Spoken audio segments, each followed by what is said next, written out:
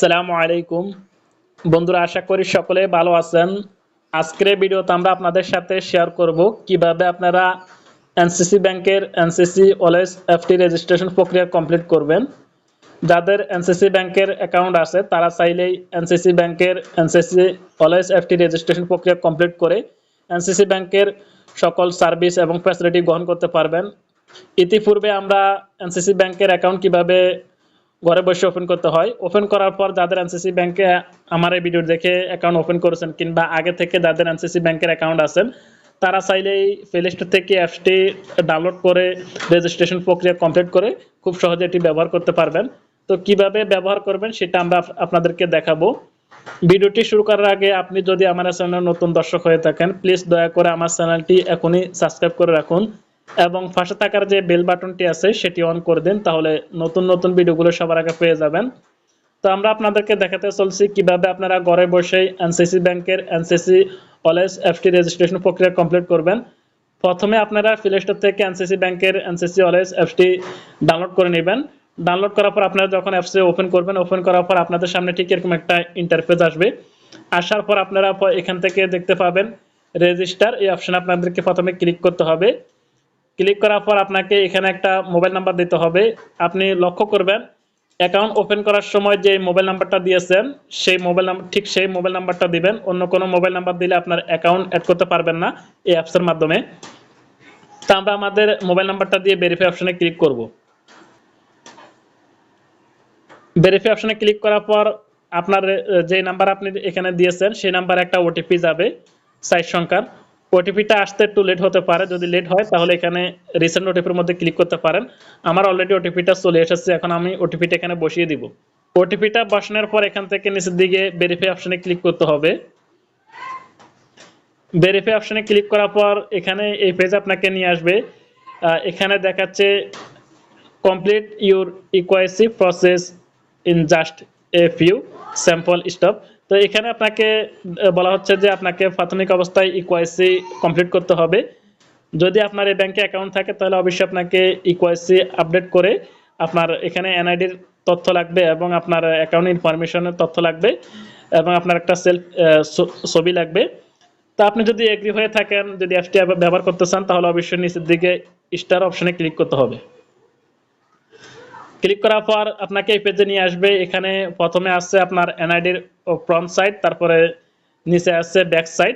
এই দুইটাই আপনাকে এখানে প্লাস চিহ্নের মধ্যে ক্লিক করলে আপনাকে গ্যালারি কিংবা ছবি তোলার জন্য একটা আইকন দেওয়া হবে, সেই অনুসারে আপনি ছবি তুলে এখানে আপলোড করতে হবে। তো আমরা আমাদের এনআইডির ফ্রন্ট সাইড এবং ব্যাক সাইড দুটাই এখানে আপলোড করে দিচ্ছি। এনআইডির ফ্রন্ট সাইড এবং ব্যাক সাইড আপনি গ্যালারি থেকে আপলোড করতে পারবেন। আপলোড করার পর এখানে নেক্সট অপশনে ক্লিক করতে হবে। নেক্সট অপশনে ক্লিক করার পর আপনাকে এই পেজে নিয়ে আসবে। এখানে আপনার এনআইডির তথ্য দেখাবে, আপনার পিতার নাম, মাতার নাম, আপনার এনআইডি নাম্বার, তারপর ডেট অফ বার্থ, এগুলো দেখাবে। এগুলো দেখানোর পর আপনার পিতার নাম, মাতার নাম এখানে কিন্তু ইংলিশে দেওয়া থাকবে না, সেটা কিন্তু আপনাকে এখানে আপনার উপরে যে পিতার নাম দেওয়া আছে এটাকে আপনাকে ইংলিশে লিখতে হবে। তারপর আপনার নিচের দিকে মাতার নাম, এটাও আপনাকে ইংলিশে লিখতে হবে। তারপর আপনার এখানে পারমানেন্ট অ্যাড্রেস এটা আপনাকে লিখতে হবে, এখানে প্রেজেন্ট অ্যাড্রেস এটা লিখতে হবে। তো এখানে আপনাকে 4টা অপশন ফিল আপ করতে হবে, পিতার নাম ইংলিশে, মাতার নাম ইংলিশে এবং আপনার প্রেজেন্ট অ্যাড্রেস ইংলিশে এবং আপনার পারমানেন্ট অ্যাড্রেস ইংলিশে, দুইটা আপনাকে ফিল আপ করে কনফার্ম অপশনে ক্লিক করতে হবে। আমরা আমাদের 4টা পিতার নাম এবং মাতার নাম, পারমানেন্ট অ্যাড্রেস এবং প্রেজেন্ট অ্যাড্রেস এই 4টা ফিল আপ করে এখন আমরা কনফার্ম অপশনে ক্লিক করব। কনফার্ম অপশনে ক্লিক করার পর আপনাকে এই পেজে নিয়ে আসবে। দ্বিতীয় স্টেপে আপনাকে এখান থেকে এটা অ্যালাউ চাইলে অবশ্যই অ্যালাউ করে দিতে হবে। অ্যালাউ করে দেওয়ার পর এখানে আপনাকে একটা সেলফি তুলতে হবে, ক্যামেরাটা অন হয়ে যাবে। তো আপনি এখানে এসে আপনার একটা ছবি তুলবেন। আমরা আমাদের একটা ছবি তোলার চেষ্টা করতেছি। এখানে নিচ দিয়ে কিন্তু নির্দেশনা দেওয়া আছে, নির্দেশনা অনুসারে আপনাকে ছবি তুলতে হবে।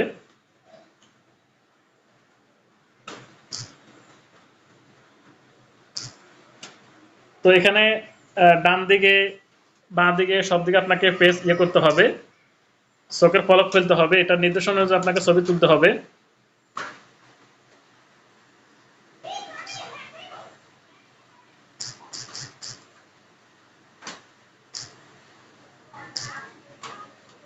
দেখতে পাচ্ছেন আমাদের ছবিটা তোলা হয়ে গেছে। ছবিটা তোলার পর ছবিটা যদি ঠিকমতো তোলা হয় তাহলে এখানে কনফার্ম অপশনে ক্লিক করবেন, আর নতুবা রিটেক অপশনে ক্লিক করে নতুন করে ছবি আপলোড করতে হবে। তো আমি কনফার্ম অপশনে ক্লিক করব।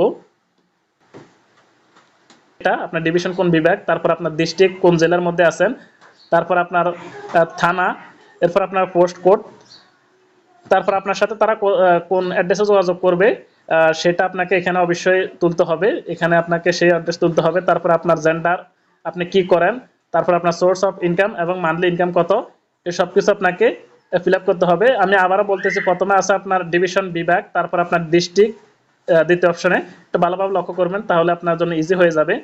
এরপর আপনার থানা, এরপর আপনার পোস্ট কোড যেটা এনআইডির পিছে দেওয়া আছে, তারপর আপনার সাথে তারা কোন অ্যাড্রেসে যোগাযোগ করবে সেটা আপনাকে এখানে দিতে হবে। আর আপনার পার্মানেন্ট অ্যাড্রেস অর্থাৎ যেখানে তারা আপনাকে পাবে। এখানে আছে আপনার জেন্ডার, তারপর আপনার আছে আপনি কি করেন, এরপর আপনার সোর্স অফ ইনকাম, ইনকাম কোথায় থেকে আসে সেটা আপনাকে এখান থেকে দিতে হবে। এরপর আপনার মাসিক ইনকাম কত সেটা আপনাকে এখানে তুলে দিতে হবে।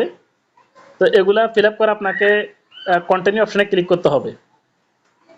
তা আপনার ইনফরমেশনগুলো আপনি আপলোড করার পর এরপর আপনাকে কন্টিনিউ অপশনে ক্লিক করতে হবে। কন্টিনিউ অপশনে ক্লিক করার পর আপনার ইনফরমেশনগুলো আবার রিভিউ এখানে দেখাবে। আপনার সবকিছু ঠিক আছে কিনা আপনি দেখে নেবেন, যদি ঠিক থাকে তাহলে আপনি সাবমিট অপশনে ক্লিক করবেন, না তো আপনি ব্যাগে যেয়ে আবার একটি ঠিক করে নিতে হবে। তো আমার যেহেতু সব ইনফরমেশন ঠিক আছে তাই আমি সাবমিট অপশনে ক্লিক করব। সাবমিট অপশনে ক্লিক করার পর দেখতে পাচ্ছেন NID verification has been successful. তো আমার এনআইডি ভেরিফিকেশন সাকসেসফুল হয়েছে। এখন আমি এখানে ক্রিয়েট ইউজার এই অপশনে আপনাকে আমি ক্লিক করতে পারবো। এখানে আমি ক্লিক করব।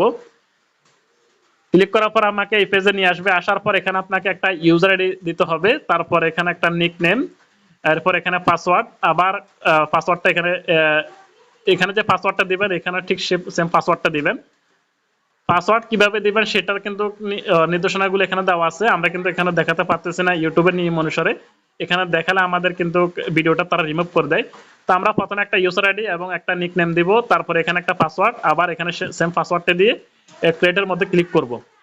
ইউজার আইডিটা অবশ্যই আপনার নামের সাথে কোন একটা নাম মিলিয়ে দিবেন। আপনার নাম যদি রাকিব হোসেন থাকে রাকিব হোসেন 1 2 বা অ্যাড্রেস এভাবে দিয়ে দিবেন, তাহলে নিবে, তাহলে আর কোনো সমস্যা হবে না। পাসওয়ার্ডের ক্ষেত্রে আপনি বড় হাতের লেটার, ছোট হাতের লেটার, তারপরে 1 থেকে 8 পর্যন্ত যে কোনো লেটার আপনাকে দিতে পারেন। তারপর একটা অ্যাড্রেস এখানে কিন্তু দেওয়া আছে, আপনি চাইলে সেই অনুসারে দিতে পারেন। দেওয়ার পর আমরা এখন ক্রিয়েটের মধ্যে ক্লিক করব।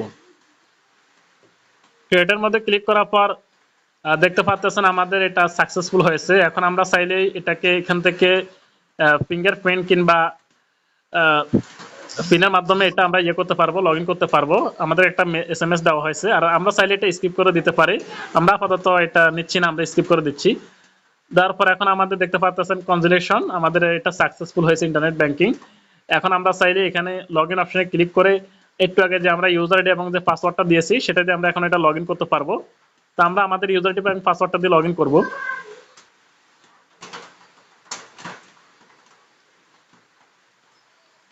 লগ ইন অপশনে ক্লিক করার পর আমাদেরকে ভিতরে পেজে নিয়ে আসলো।